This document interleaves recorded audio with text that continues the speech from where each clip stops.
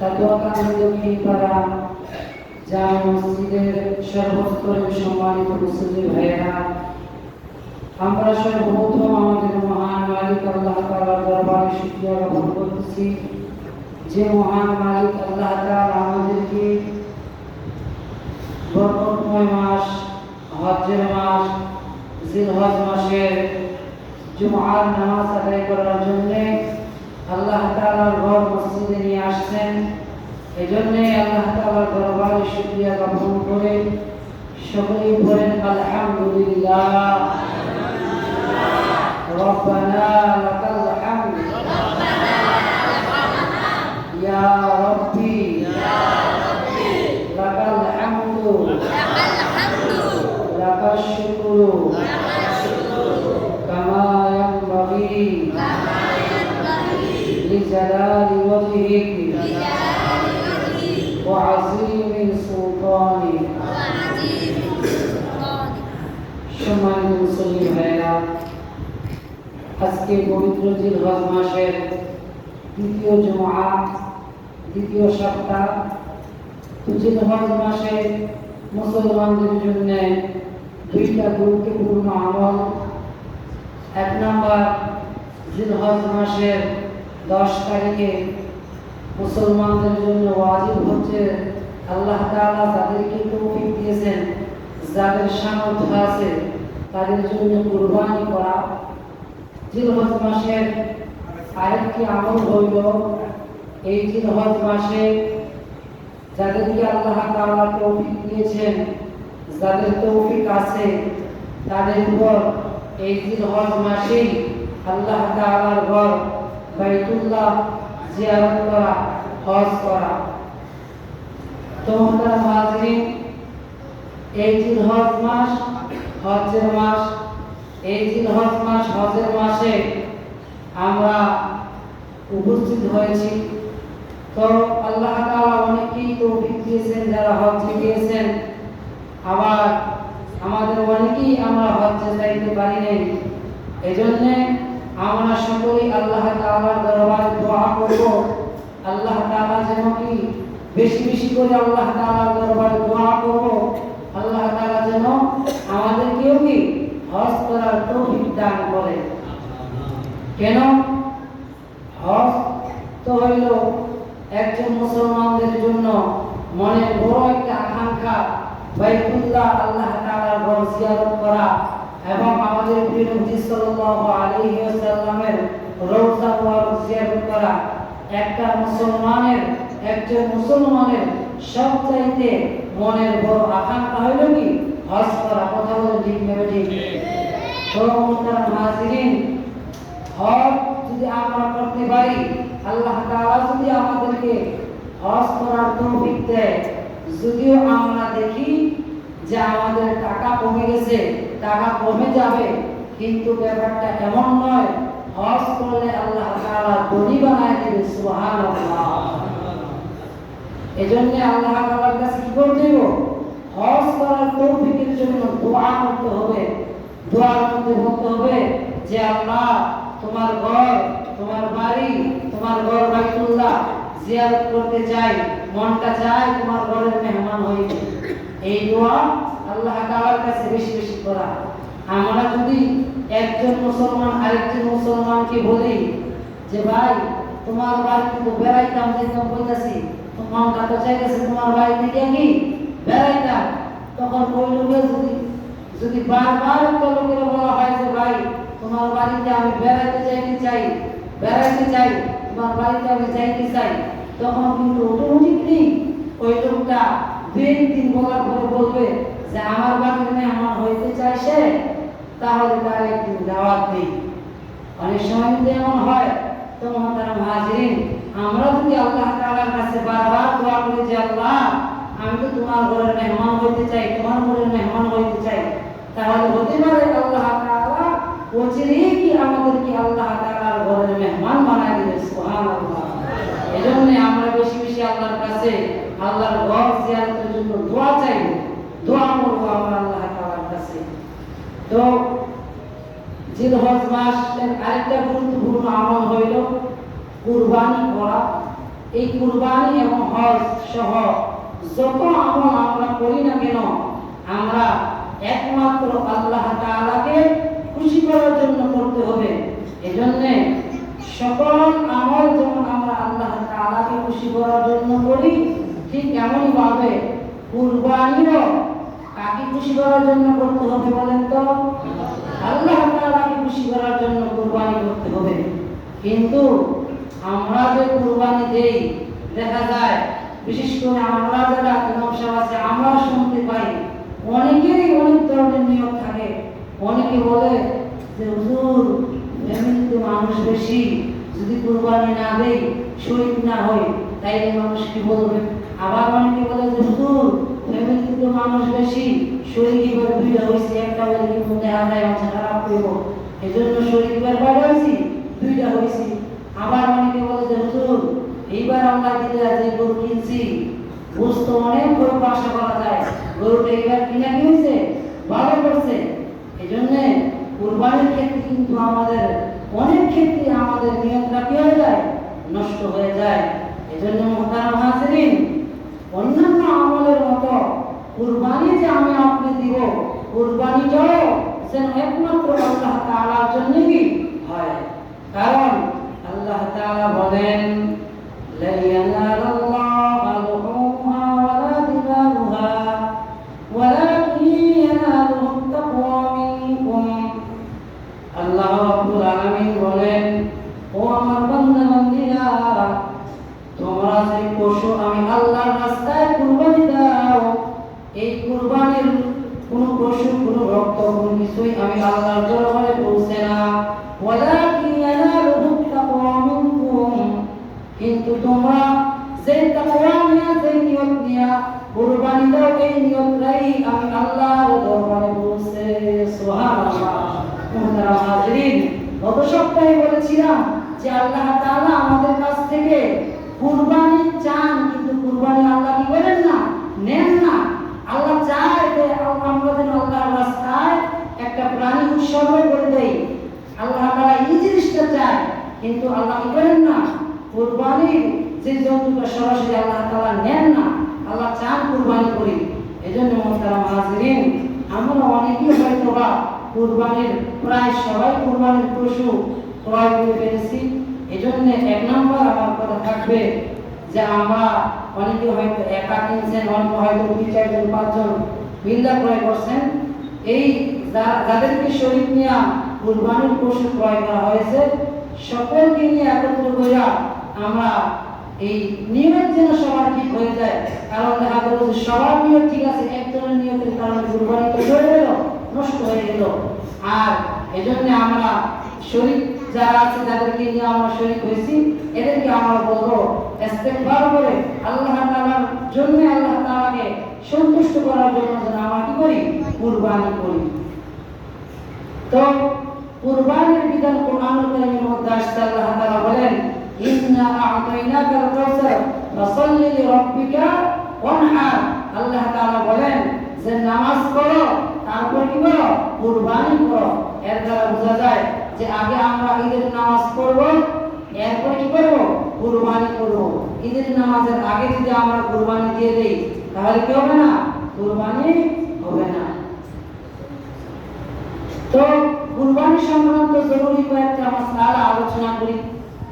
কুরবানি আমরা কতদিন দিতে পারবো? এক নম্বর প্রশ্ন, যে কুরবানি দেওয়ার সময় হলো সর্বমোট 3 দিন, জিলহজ মাসের 10, 11, 12।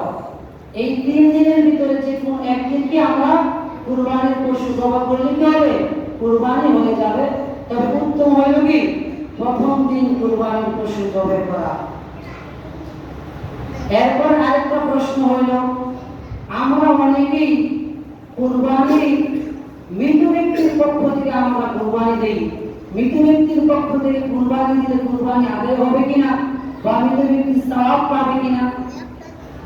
এর উত্তর হইল যে কুরবানি যদি আপনার উপর ওয়াজিব হয় তাহলে আগে আপনার পক্ষ থেকে কুরবানি দিবেন। আপনার পক্ষ থেকে কুরবানি দেওয়ার পরে আমরা জানি একটা পশুতে কয়জন, 7 জন শরীক হতে পারে। আগে আপনার পক্ষ থেকে কুরবানি দেওয়ার পরে যদি আপনার পক্ষে সম্ভব হয় তাহলে মৃত ব্যক্তির পক্ষ থেকে কি দিবেন? নফল কুরবানি দিবেন। কিন্তু আগে আপনি জীবিত, আগে আপনার পক্ষ থেকে ওয়াজিব কুরবানি করবেন, আদায় করবেন। এরপর কথা হলো কোন কোন পশু দিয়ে আমরা কুরবানি করব। প্রত্যেক বছর কুরবানি করতে করতে আমরা জানি, তারপরেও বলি যে কুরবানি আমরা গরু, মহিষ, উট, এরপরে ভেড়া, দুম্বা, ছাগল, এই সকল প্রাণীর মাধ্যমে আমরা কি দিতে পারি? কুরবানি দিতে পারি। গরু এবং মহিষ যদি আমরা কুরবানি করতে চাই তাহলে তাদের বয়স হইতে সর্বনিম্ন 2 বছর। আর ওট দিয়ে যদি কেউ কুরবানি দিতে চায় তাহলে ওটের বয়স 5 বছর হতে হবে। এরপরে আপনার ছাগল, দুম্বা, ভেড়া এগুলোর বয়স কমপক্ষে আপনার 1 বছর হতে হবে। এর নিচে হলে কি হবে না? আপনার কুরবানির ওয়াজিব আদায় হবে না। এরপরে আরেকটা মাসআলা হইল যে এখনকার সময় তো আমরা বেশিরভাগ মানুষই ভিন্ন ভিন্ন হয়ে যায় তাড়াতাড়ি। অনেক ফ্যামিলি এমন আছে যে একসাথে খানা পিনা করে কিন্তু উপার্জন করে বেশ কয়েকজন। হিসাব করলে দেখা যাবে যে যারা উপার্জন করে তাদের সকলের উপর কি কুরবানি ওয়াজিব। তো ওই ফ্যামিলিগুলোতে অনেক সময় দেখা যায় যে সকলের পক্ষ থেকে কুরবানি দেওয়া হয় না, বরং বাবার নাম কি দিয়ে দেয়? বাবার পক্ষ থেকে কুরবানি দিয়ে দেয়। তাইলে কিন্তু এটা সবার পক্ষ থেকে হইল না। যদি ফ্যামিলির অন্যান্য সদস্যের উপর কি হয়? কুরবানি ওয়াজিব হয়, তাহলে হিসাব করে তাদের পক্ষ থেকে কি দিতে হবে? কুরবানি দিতে হবে। এরপরে আরেকটা মাসআলা হইল যে আমরা কুরবানি দেওয়ার সময় সকলকে দেখা যায় যে পুরুষ লোকদের পক্ষ থেকে কি দেওয়া হয়? কুরবানি দেওয়া হয়। কোন সময় শুনি না, খুব কম শোনা যায় যে মহিলাদের পক্ষ থেকে কুরবানি দিতেছে, এমন শোনা যায় না। এখন একটা প্রশ্ন হইল যে মহিলাদের উপর কুরবানি ওয়াজিব কিনা? হ্যাঁ, নেশাব পরিমাণ সম্পদ যদি কোনো মহিলার থাকে, কোনো বালেগ মহিলার থাকে, তাহলে মহিলার উপর কি কুরবানি ওয়াজিব। মহিলাদের পক্ষ থেকে দিতে হবে, কুরবানি দিতে হবে। যদি মহিলার উপর হয় কুরবানি ওয়াজিব হয়। এরপরে আসেন কুরবানির গোশতের ব্যবহার। কুরবানির গোশত ব্যবহার করার ক্ষেত্রে মুস্তাহাব তথা পছন্দনীয় আমল হইল যে কুরবানির গোশত আপনি 3 ভাগ করে 1 ভাগ নিজের জন্য রাখলেন, আরেক ভাগ আত্মীয়স্বজনদেরকে হাদিয়া দিলেন, আরেক ভাগ গরিব মিসকিনদের দিলেন, দান করে দিলেন। এভাবে যদি আপনি গোশতের ব্যবহারটা করেন তাহলে এই আমলটা কি মুস্তাহাব, ভালো। কিন্তু আমরা করি কি? আত্মীয়স্বজনদেরকে দাওয়াত দিয়ে খাওয়াই, নিজেরা খেয়ে ফেলি, বাইরে দান করি, এটাও চলে। কিন্তু উত্তম হইল 3 ভাগে ভাগ করে এগুলা যার যার খাতে কি করা? কুরবানির গোশতগুলা ব্যবহার করা। এরপরে আসেন কুরবানির চামড়ার ব্যবহার। কুরবানির চামড়া যদি আমরা নিজেরা ব্যবহার করতে পারি তাহলে নিজেরা ব্যবহার করলে কি হবে? জায়েজ হবে, কোনো সমস্যা নাই। নিজেরা যদি মনে করেন যে এটা শুকায়া কোন কাজে ব্যবহার করলাম, হ্যাঁ, বিছনা চাদর বা পাপড় বানাইলাম, ব্যবহার করলাম, কোনো অসুবিধা নেই। কিন্তু যদি ওই কুরবানির চামড়া আমি আপনি বিক্রি করে দেই তাহলে ওই চামড়া বিক্রির টাকা নিজেরা আমরা করতে পারবো না, ভোগ করতে পারবো না। অবশ্যই কি গরিব মিসকিন এতিমদেরকে দান করে দিতে হবে। আর বর্তমান সময় তো আমাদের এলাকার চামড়াগুলো মাদ্রাসায় নিয়ে নেওয়া হয়, এটাও পরামর্শক্রমে যদি আপনারা দিয়ে দেন এটাও হতে পারে। হ্যাঁ, এরপরে আসেন তাকবীর তাশরীক, একটা আমল আছে। এই কুরবানি যেমন ওয়াজিব ঠিক এমনই ভাবে তাকবীর তাশরীক, আল্লাহু আকবার, আল্লাহু আকবার, লা ইলাহা ইল্লাল্লাহ, আল্লাহু আকবার, আল্লাহু আকবার, ওয়ালিল্লাহিল হামদ। এই তাকবীর তাশরীক জিলহজ মাসের 9 তারিখ ফজর থেকে নিয়ে 13 তারিখ আসরের নামাজ পর্যন্ত সর্বমোট 5 দিন এই তাকবীর তাশরীক প্রত্যেক ফরজ নামাজের পরে এই তাকবীরে তাশরিক দেওয়া কি ওয়াজিব। ফরজ নামাজের পরে যদি কোনো সময় এই ইমাম সাহেবের মনে না থাকে মুসল্লিরা স্মরণ করে পড়াও কি ওয়াজিব। মোট কথা এই তাকবীরে তাশরিক এই 5 দিন জিলহজ মাসের 9 তারিখ ফজর থেকে নিয়ে 13 তারিখ আসর পর্যন্ত প্রত্যেক নারী পুরুষ সকলের জন্য এই তাকবীরে তাশরিক দেওয়া কি ওয়াজিব। আমরা যারা পুরুষ মানুষ মসজিদে নামাজ পড়ি, আমরা মসজিদে তো ফরজ নামাজের উপরে দিব, আর এই সংবাদটা আমরা বাড়ি থেকে আমাদের মা বোনদেরকে বলে দিব। আমার মা বোনেরাও যেন কি 5 ওয়াক্ত নামাজের পরে এই তাকবীরে তাশরিক করে এই দেয় তাকবীরে তাশরিক। হ্যাঁ, এরপরে আসেন জিলহজ মাসের 9 তারিখে আরাফার দিন। কিসের দিন? আরাফার দিন। এই আরাফার দিনে রোজা রাখার গুরুত্বপূর্ণ অনেক বড় একটা ফজিলত আছে। এই ফজিলত সম্পর্কে আল্লাহ রাসূল সাল্লাল্লাহু আলাইহি ওয়াসাল্লাম বলেন, সাওমু ইয়াউম আরাফা আহতাসিবু আলাল্লাহ আন ইউকাফিরা সানাতাল্লাতী ক্বাবলাহু ওয়াস সানাতাল্লাতী বা'দাহু। নবীজি বলেন, যে ব্যক্তি আরাফার দিনে রোজা রাখবে, নবীজি বলেন আমি আল্লাহর দরবারে আশা রাখি এই আরাফার দিনে রোজা রাখার বরকতে আল্লাহ তাআলা তার পিছনের এবং সামনের মোট 2 বছরের গুনাহ আল্লাহ মাফ করে দিবেন। সুবহানাল্লাহ। এজন্য আমরা যারা পারি আরাফার দিনে রোজা রাখবো, আমরা রাখবো। এখন কথা হলো যে হুজুর আরাফার দিন তো সৌদি আরবে একদিন আগে হয়ে যায়, আমরা কোন দিন রাখবো? এটার ক্ষেত্রে বিতর্ক আছে। তো এই ক্ষেত্রে আমি বলি যে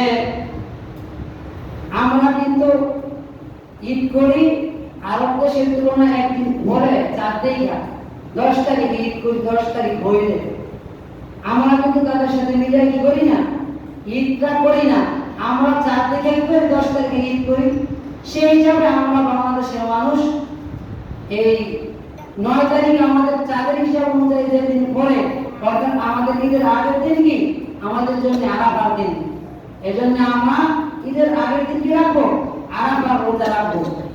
আর কারো মনে যদি সন্দেহ হয় যে না যদি রোজাটা না পায়, তাহলে আপনি 2 দিন রোজা রাখতে পারেন। তাহলে রোজা রাখলে কোনো গুনাহ নাই, 2 দিনের সওয়াব আপনি পেয়ে গেলেন। আর পাশাপাশি কি আরাফার দিনের যে বরকত, ওই বরকতময় রোজাও কি আপনার হয়ে গেল। এই রোজাটা আমরা সকলে রাখার চেষ্টা করব এবং বাড়ি থেকে আমাদের মা বোনদেরকে এই রোজাটার ব্যাপারে, এই রোজার ফজিলতের ব্যাপারে আমরা কি মা বোনদেরকে বলবো। বিশেষ করে তাকবীরে তাশরিকের কথাটা আমরা করব, অবশ্যই বলবো। এরপরে আসেন সামাজিক একটা কথা আলোচনা করি যে কুরবানির দিনে যে আমরা গরু জবাই করার সময় সামাজিক কথা বলতেছি, যেটা হলো যে আমরা সকলেই যার যার মতো করে ব্যস্ত, যার যার পশু নিয়ে কি থাকি, ব্যস্ত থাকি। তো ইমাম সাহেবদেরকে ডাকা হয় যে আসেন আসেন হুজুর আসেন, আমার গরুটা আগে জবাই করেন, আমার গরুটা আগে জবাই করেন। কিন্তু জবাই করতে কিন্তু বেশি সময় লাগে না, সর্বোচ্চ 1 মিনিট। কিন্তু দেখা যায় যে কোনো কোনো পশুতে আপনার যারা শরীক হয়েছে লোক বেশি, আবার কোনো কোনো পশুতে দেখা যায় যে লোক কম। তো দেখা যায় যে জবাই করার সময় গড়ার লোক পাওয়া যায় না। এজন্য আমি সামাজিকভাবে একটা কথা বলবো যে সবার মধ্যে কিন্তু সব কর্মদক্ষতা থাকে না। সবার মধ্যে কি সব ধরনের কর্মদক্ষতা থাকে না। এক একজনের কর্মদক্ষতা এক এক রকম। তো অনেকে আছেন যাদের একটু সাহস বেশি, গরু আপনারা সহাইতে পারেন, গরু দুমটা ভালো করে করতে পারেন। হ্যাঁ, তো এই ধরনের মানুষ যারা আছেন আমাদের সমাজে, বিশেষ করে আমাদের জাতীয়তাবাদী দক্ষিণ পাড়ায়, আপনাদেরকে আমি বলবো এই আপনারা তো অনেক সমাজ সেবাই করেন। বিশেষ করে আমাদের যুবক ভাইরা তো দেখা যায় যে বিভিন্ন সময়ে বিভিন্ন আপনারা এই সামাজিক কর্মকাণ্ডে আপনারা অংশগ্রহণ করেন, এটা আমরা দেখতে পাই। তো কুরবানির দিনে আমি আপনাদেরকে বলবো যারা একটু পারেন এই আপনারা প্রত্যেক গরু জবাই করার সময় আপনারা থাকবেন, থাইকে সহজেই এই কুরবানির গরুগুলা জবাই করার জন্য কি পুরো মহল্লাবাসীকে আপনারা কি করবেন, সহযোগিতা করবেন। তাইলে এটা আমি মনে করি ঈদের দিনে বড় একটা সামাজিক কি হবে, খেদমত হবে। এরপরে আরেকটা কথা অগ্রিম বলি, অনেকে আছেন এই দম ধরার যে ব্যাপারটা, যারা কুরবানির পশুর দমটা ধরবেন, দুইজন লোকে মাথাটা ধরলে সুবিধা হয়। এরপরে দম যারা ধরবেন, যারা দম ধরেন, দম ধরার ক্ষেত্রে দেখা যায় যে যে কয়েকজন ধরতে পারে তাদেরকে সকল পশু জবাই করার সময় পাওয়া যায় না। তো যারা দম ধরবেন মেহরবানি করে ধরতে পারেন, তারাও কি সকল পশুর সাথে থাকলে, সকল গরুর সাথে সাথে থাকলে আমার মনে হয় সুবিধা। জবাই করে তো দেখি অভিজ্ঞতার আলোকে এক একজন এক এক ভাবে করে। কেউ কেউ আবার মাশাআল্লাহ আছে খুব ভালোভাবে ধরতে পারে, জবাই করা সহজ, যদি টাইট করে ধরা হয়।